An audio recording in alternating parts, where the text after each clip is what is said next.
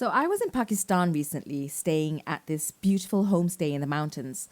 On the day we were checking out, our host and guide, Zishan, suddenly asked if he could record a video of me reviewing the place. No prep, no script, just me, a camera, and a small crowd of the hosts and my travel buddies watching. My heart immediately started pounding. What if my mind goes blank? There was no time to be dramatic about it.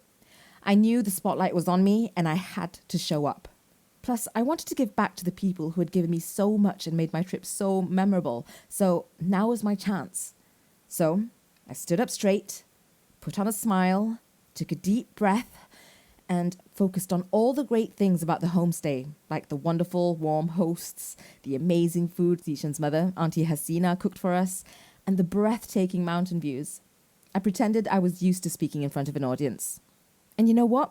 It turned out fine. Better than fine, actually. The hosts looked pleased and no one died of embarrassment. I still don't remember exactly what I said, but I got to express what I wanted to, and that was enough. Assalamu alaikum and hello there. I'm Aisya Shurfa and you're listening to the My English Matters podcast. Today's episode is all about how to sound confident even when you're not feeling confident at all. This topic is close to my heart because, believe it or not, I'm actually the queen of faking confidence. You see, I've had social anxiety for as long as I can remember.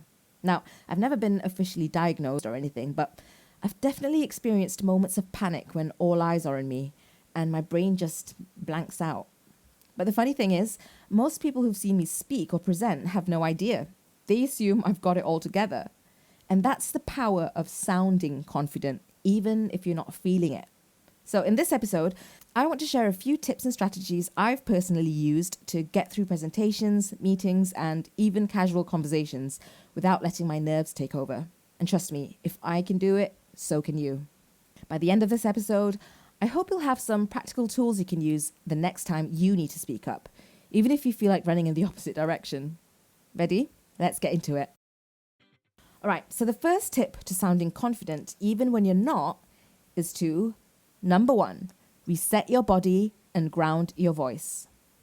Did you know that confidence doesn't actually start with your words and that it starts with your body? When you're nervous, your body kind of betrays you.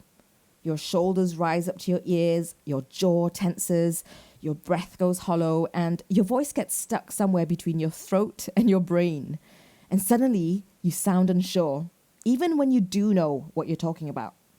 So the first thing I do before I speak is I reset my body. Try this with me. Right, so what I do is I stand or sit up straight. I breathe deeply into my belly. I drop my shoulders, unclench my jaw, and imagine my voice coming from my chest, not my throat. It makes such a difference. My voice sounds more grounded, and I feel more steady too. Another thing I do sometimes before I speak, especially when I'm really nervous, is a power pose. I know, it sounds silly, but it works. Amy Cuddy, who is a social psychologist who gave a popular TED Talk on body language, shared this idea that your body can change the way you feel, not just mentally, but biologically. See, standing in a strong, open posture for just 2 minutes can lower your stress and make you feel more confident. So she calls this a power pose. Think Wonder Woman stance. Feet apart, hands on hips, shoulders back, or arms stretched up like you've just won an Olympic gold medal. It may look silly in the moment, but it really works in boosting feelings of confidence, which may in turn boost our chances of success. So before you speak, let your body catch up. You don't have to feel fearless. Just stand or sit like you've got something worth saying. Because you do. Tip number 2, slow down and use pauses. Now, people tend to think that speaking quickly makes a person sound smart. But what I eventually realized was that when I spoke too fast, I would stumble over my own words and end up sounding more anxious than intelligent. See, when we speak quickly, our words blur together, our breath shortens, and our message doesn't have time to sink in. And that's when we can lose our audience. So, my tip is to slow down. Let your words land. Let them breathe. Pause. Yes, even if it feels awkward at first. You might feel like you're talking too slow, but to your listener, you finally sound clear, calm, and in control.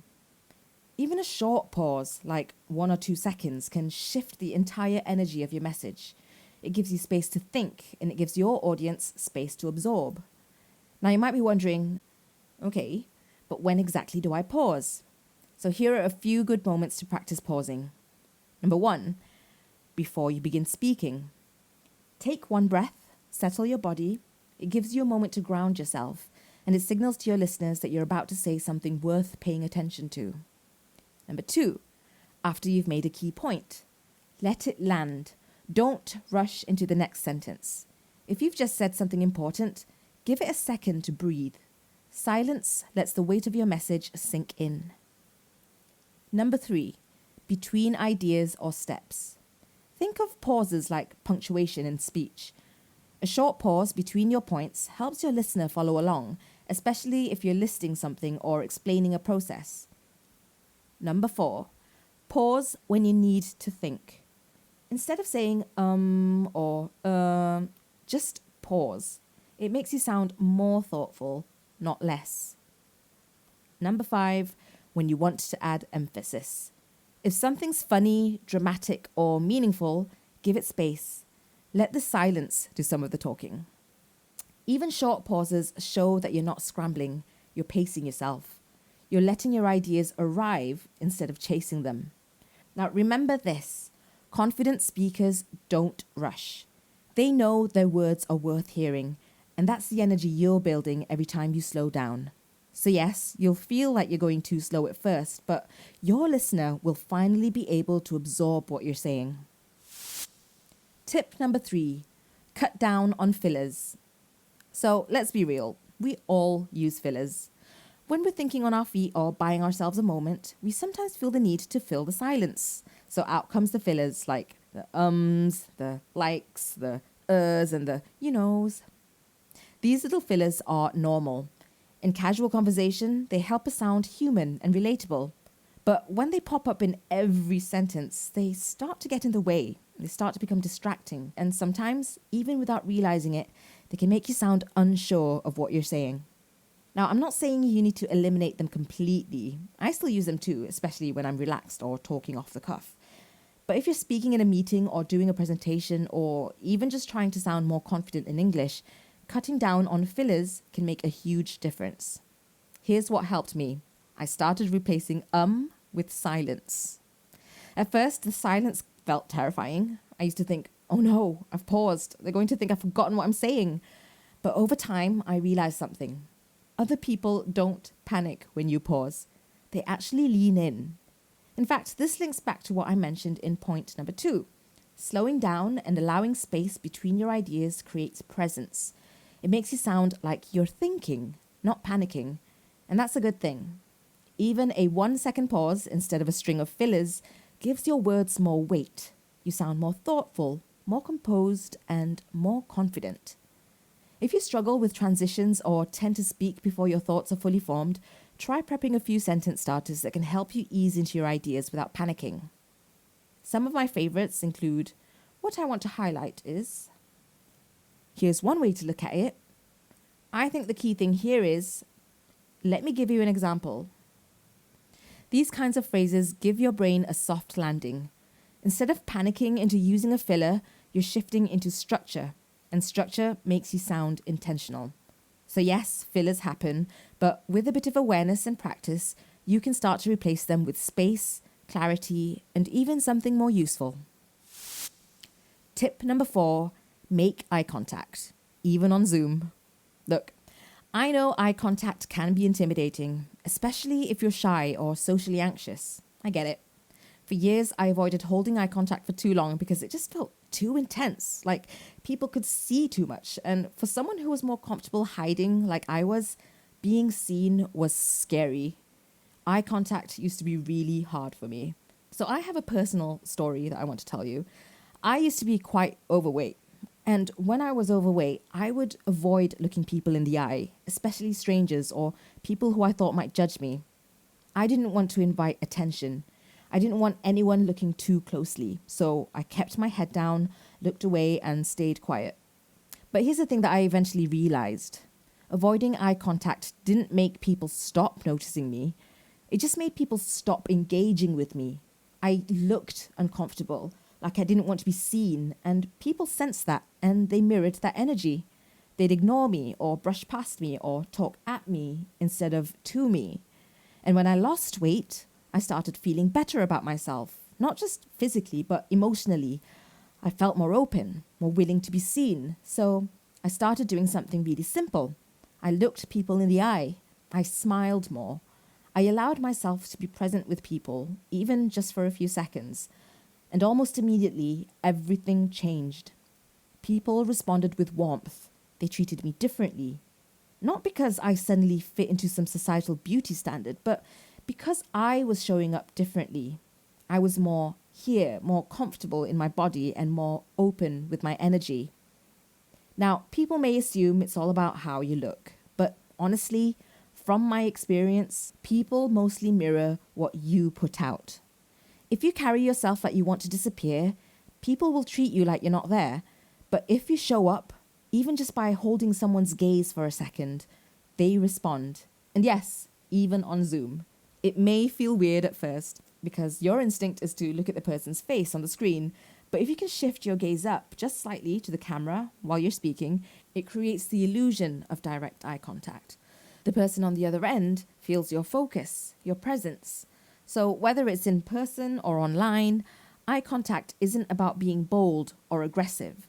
It's about letting people feel that you're with them, that you're okay being seen. Number 5, practice out loud, not just in your head. Now here's something a lot of English learners overlook. Reading and writing won't automatically make you a confident speaker. Speaking is muscle memory. You need to train your mouth, your breath, your rhythm. You need to get used to hearing your own voice in English, even when it feels awkward. So instead of just thinking about what to say, try reading a short paragraph out loud each morning.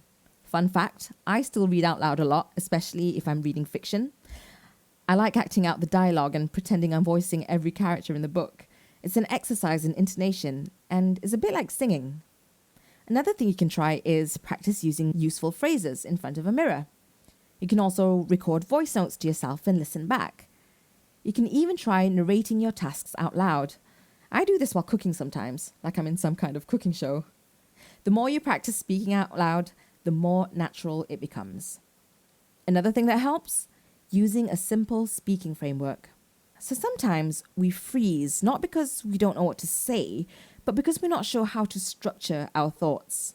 One of the frameworks we teach in our course, Communicate with Confidence, is called PREP, or PREP, where P stands for point, R stands for reason, E stands for example or elaboration, and P stands for point once again.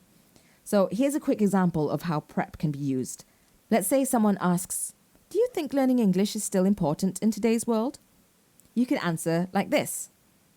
Yes, I do think learning English is still very important. So that's your point. Because it's still the most widely used language in international communication, whether it's for business, education, or travel. There's your reason. For example, when I went to Pakistan, where people mostly speak Urdu and other local languages like Punjabi, many of the hotel staff used English to communicate with international travelers. There's your example. And finally, you reinstate your point. So yes, I believe English is still a valuable skill if you want to connect with more people and opportunities globally. It's a simple structure, PREP, but it really helps when your brain is juggling too many ideas at once. You don't have to memorize a script, you just need a little roadmap. Now make sure you practice using this framework a few times out loud. It'll eventually feel like second nature. So if you want to sound more confident, practice with your actual voice and keep a few frameworks like PREP in your back pocket. They'll help you stay calm, clear, and collected, especially when the pressure's on. Now, between practicing out loud and having simple frameworks like PREP, you give your brain and body a chance to feel more prepared. And when you're prepared, it's so much easier to stay calm and present, even when you have to speak off the cuff. But here's the thing. At the end of the day, confidence isn't about sounding perfect. It's not about having a flawless accent or using big words or saying everything just right. It's about being you.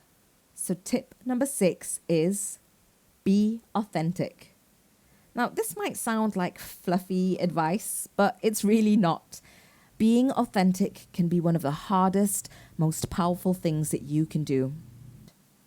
I used to think confidence meant being polished, always saying the right thing, sounding smart and composed all the time. But what I've learned, especially through speaking, teaching, and just growing as a person, is that confidence has very little to do with being perfect. It has everything to do with being present. Brené Brown, an American research professor, author, and speaker, best known for her work on vulnerability, courage, shame, and authenticity, puts it like this. Authenticity is the daily practice of letting go of who we think we're supposed to be and embracing who we are. Now that really hit me because there's this moment we all have to face where we stop trying so hard to perform and just forgive ourselves for not being perfect. For me, that shift happened when I started owning my flaws instead of trying to hide them. And to my surprise, that's when people started responding with the most warmth. Not because I had it all together, but because I was being real, honest, and human. And here's something I've really come to believe. That change in mindset, just knowing that you're imperfect but still showing up, can actually make you come across as more confident than someone who speaks fluent English but constantly tears themselves down for not being perfect. So real confidence isn't about getting every word right. It's about trusting that who you are right now is good enough. So if you ever catch yourself thinking, I don't sound good enough, or people won't take me seriously, you just need to show up with heart, honesty, and a willingness to be seen. And when you do that, I guarantee it, people will feel it. So let's do a quick recap. Here are 6 ways you can sound more confident even when you're not feeling confident yet. Number 1, start with your body. Number 2, slow down and use pauses. Number 3, cut down on fillers. Number 4, make eye contact, even on Zoom. Number 5, practice out loud and use speaking frameworks. And number 6, be authentic. Remember, you don't need to be perfect. You don't need to impress. You just need to show up and trust that the more that you do, the easier it gets. So take a deep breath and let your voice be heard. And remember, you're doing better than you think. If this episode helped you, feel free to share it with someone who needs a little boost. And if you haven't already, follow us on Instagram, Spotify, or Apple Podcasts. We drop new episodes every week. Till next time, take care and keep speaking with courage.